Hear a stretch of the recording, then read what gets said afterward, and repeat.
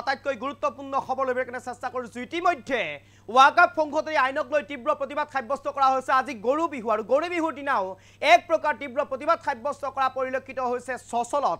বিভিন্ন দল সংগঠনে তীব্ৰ প্ৰতিবাদ সাব্যস্ত কৰিছে, সচল কপাই তুলিছে। নেমছু এভিএমছু আমছুকে ভিতৰ কৰি কেইবাটাও দল সংগঠনে তীব্ৰ প্ৰতিবাদ সাব্যস্ত কৰা পৰিলক্ষিত হৈছে গুৱাহাটী মহানগৰৰ সচলত এক প্ৰকাৰ উত্তাল কৰি তুলিছে দল সংগঠনসমূহে। যেতিয়ালৈ শেষ বিন্দু খুনিত দেহত থাকিব তেতিয়ালৈ প্ৰতিবাদ সাব্যস্ত কৰি যোৱাৰ এক প্ৰকাৰ উল্লেখ কৰিছে। সংবাদ মাধ্যমৰ সন্মুখত হুংকাৰ প্ৰদান কৰিছে। যেতিয়ালৈ এই আইন বাতিল কৰা নহব তেতিয়ালৈ যুঁজি থাকিব এই দল সংগঠনসমূহে ওয়াকফ আইনৰ বিৰুদ্ধে। এই মুহূৰ্তত সবিশেষ আপোনালোকৰ বাবে এই মুহূৰ্তৰ সবিশেষ লবৰ কাৰণে চেষ্টা কৰিছো। ওয়াকফ আইনৰ বিৰুদ্ধে প্ৰতিবাদ কৰি সচল কপালে বিভিন্ন দল সংগঠনে প্ৰতিবাদ কৰি ওয়াকফ আইনৰ বিৰুদ্ধে সচল কপা পৰিলক্ষিত হৈছে। ওয়াকফ আইন বাতিল নোহোৱা পৰ্যন্ত এনেদৰে হৈ যাব প্ৰতিবাদ বুলি মন্তব্য কৰিলে সংগঠনসমূহে। বিজেপি চৰকাৰে মুছলমানসকলৰ অধিকাৰ খৰ্ব কৰিছে। ধৰ্মীয় মেৰুকৰণৰ বাবেই বিজেপিয়ে এই ওয়াকফ সংশোধনী আইন আনিছে বুলি মন্তব্য কৰিলে। ধৰ্মীয় মেৰুকৰণৰ বাবেই বিজেপিয়ে এই ওয়াকফ সংশোধনী আইন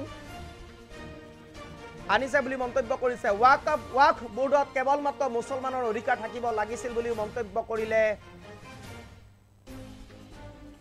সংগঠনসমূহে। কিন্তু তাত মুছলমানৰ বাহিৰেও অন্য ধৰ্মৰ লোকক প্ৰাধান্য দিয়া হৈছে বুলি মন্তব্য কৰিছে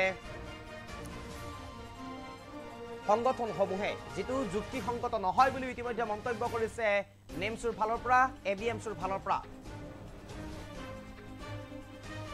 বিহুৰ দিনাই তেনেদৰে তীব্ৰ প্ৰতিবাদ সাব্যস্ত কৰা পৰিলক্ষিত হ'ল কেইবাটাও দল সংগঠনে। বিহুৰ দিনাই এনেদৰে তীব্ৰ প্ৰতিবাদ সাব্যস্ত কৰা পৰিলক্ষিত হৈছে কেইবাটাও দল সংগঠনে। এনেদৰে তীব্ৰ প্ৰতিবাদ সাব্যস্ত কৰি সচল কপা পৰিলক্ষিত হৈছে।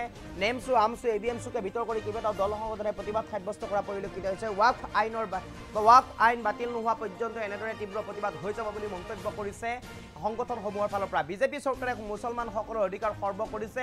বিজেপি চৰকাৰে মুছলমানসকলক নিৰাপত্তা দিয়া নাই। বিজেপি চৰকাৰে মুছলমানসকলৰ প্ৰতিবাদ শুনা নাই বুলি মন্তব্য কৰিছে। কেৱল মাত্ৰ মুছলমানৰ অধিকাৰ য'ত থাকিব লাগিছিল তাত অন্য লোককো প্ৰাধান্য দিয়া হৈছে, অন্য লোকসকলকো আগুৱাই দিয়া হৈছে। এয়া কেতিয়াও যুক্তিসংগত নহয়। মুছলমানসকলৰ পূৰ্বপুৰুষৰ পৰাই এই সম্পত্তিসমূহ দান কৰি গৈছে, কিন্তু এই দান কৰা সম্পত্তিৰ ওপৰত বিজেপিৰ অধিকাৰ বা বিজেপিয়ে হস্তগত কৰিবলৈ বিচাৰিছে। পূৰ্বৱৰ্তী নিৰ্দেশত এনেদৰে বিজেপিয়ে হস্তগত কৰিবলৈ বিচাৰিছে বুলি মন্তব্য কৰিছে সংগঠনসমূহৰ ফালৰ পৰা। তেওঁলোকে উল্লেখ কৰিছে যেতিয়ালৈ এই আইন বাতিল কৰা নহ'ব, যেতিয়ালৈ এই ওয়াকফ সংশোধনী আইন বাতিল কৰা নহ'ব তেতিয়ালৈকে এনেদৰে প্ৰতিবাদ চলি থাকিব, তেতিয়ালৈ এনেদৰে প্ৰতিবাদ অব্যাহত থাকিব বুলিও মন্তব্য কৰিলে এভিএমছুৰ ফালৰ পৰা। এই মুহূৰ্তত মন্তব্য আছে দৃশ্যাংশ আছে, আমি শুনাব বিচাৰিছোঁ। আইন কোনো পৰ্যায়ে মানি লোৱা নহ'ব। ওয়াকফ সংশোধনী আইনে মুছলমানৰ অস্তিত্ব ধ্বংস কৰিবলৈ ওলাইছে। মুছলমানসকলৰ সংবিধান পদত যি অনুচ্ছেদ 14, অনুচ্ছেদ 25, অনুচ্ছেদ 26 আৰু অনুচ্ছেদ 29 নিৰ্ধাৰণ কৰা যি মৌলিক অধিকাৰ সম্পূৰ্ণভাৱে খৰ্ব কৰিছে। সংবিধান বিৰোধী এই আইনখন প্ৰণয়ন কৰা হৈছে, যাৰ কাৰণে গণতন্ত্ৰত বিশ্বাস থকা ভাৰতবৰ্ষৰ কোটি কোটি জনসাধাৰণে ইয়াৰ বিৰোধিতা কৰিছে।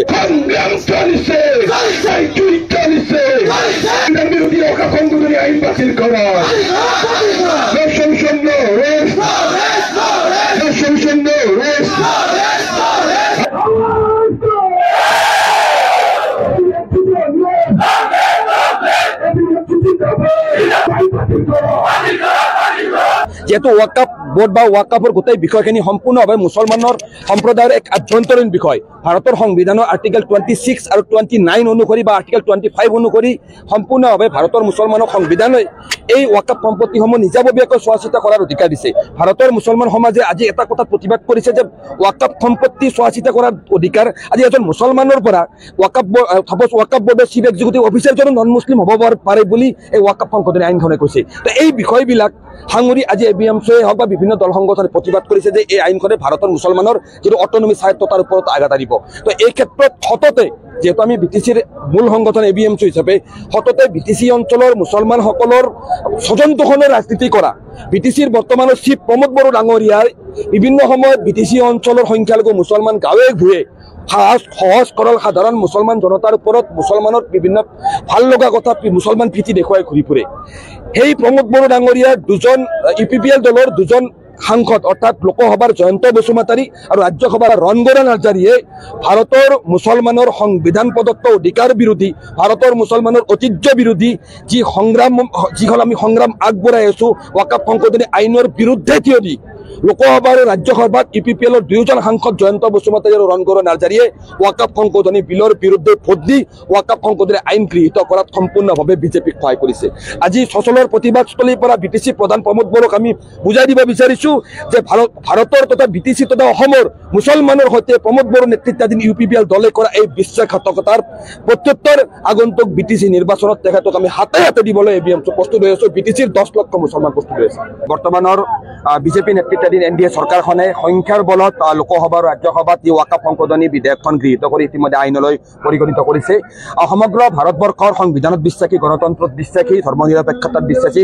সৰ্বস্তৰৰ ৰাইজে এই ৱাকাফ সংশোধনী আইন 2025ৰ বিৰুদ্ধে তীব্ৰ প্ৰতিবাদ সাব্যস্ত কৰিছে ৱাকাফ সংশোধনী আইনে বিশেষকৈ ভাৰতৰ মুছলমানসকলৰ সংবিধান প্ৰদত্ত যি অনুচ্ছেদ 14 অনুচ্ছেদ 25 অনুচ্ছেদ 26 আৰু অনুচ্ছেদ 29 নিৰ্ধাৰণ কৰা যি মৌলিক অধিকাৰ সম্পূৰ্ণভাৱে সৰ্ব কৰিছে আজিৰ তাৰিখত ৱাকাফ সম্পত্তি আপোনালোক আটাইয়ে জানে ৱাকাফ সম্পত্তি মুছলমানসকলৰ পূৰ্বপুৰুষসকলে মুছলমানসকলৰ ধৰ্মীয় বা সাংস্কৃতিক বা বিভিন্ন ধৰণৰ উন্নয়নৰ বাবে দান কৰি থৈ যোৱা সম্পত্তি ইয়াত কোনো চৰকাৰী সম্পত্তি নহয় মুছলমানৰ ব্যক্তিগত সম্পত্তি মুছলমানৰ ভৱিষ্যতৰ কাৰণে মুছলমানে দান কৰি যোৱা সম্পত্তি আৰু আপোনালোক সকলোৱে জানে যে ইছলাম ধৰ্মত দান কৰা যিটো বিষয়টোক এক পুণ্যৰ কাম বুলি বিবেচনা কৰা হয় তো এই ৱাকাফ সম্পত্তি যিটো আমাৰ ব্যৱস্থাটো পৰিচালনা কৰাৰ বাবে যিখন ৱাকাফ আইন আছিল সেই ৱাকাফ আইনখনে সেই মুছলমানসকলকে এই ৱাকাফ সম্পূৰ্ণ বিষয়খিনি চোৱা চিতা কৰিবলৈ অধিকাৰ দিছিল কিন্তু বৰ্তমানৰ যিখন বিজেপি নেতৃত্বাধীন এনডিএ চৰকাৰে সম্পূৰ্ণভাৱে ধৰ্মীয় মেৰুকৰণৰ উদ্দেশ্য আগত ৰাখি এই ৱাকাফ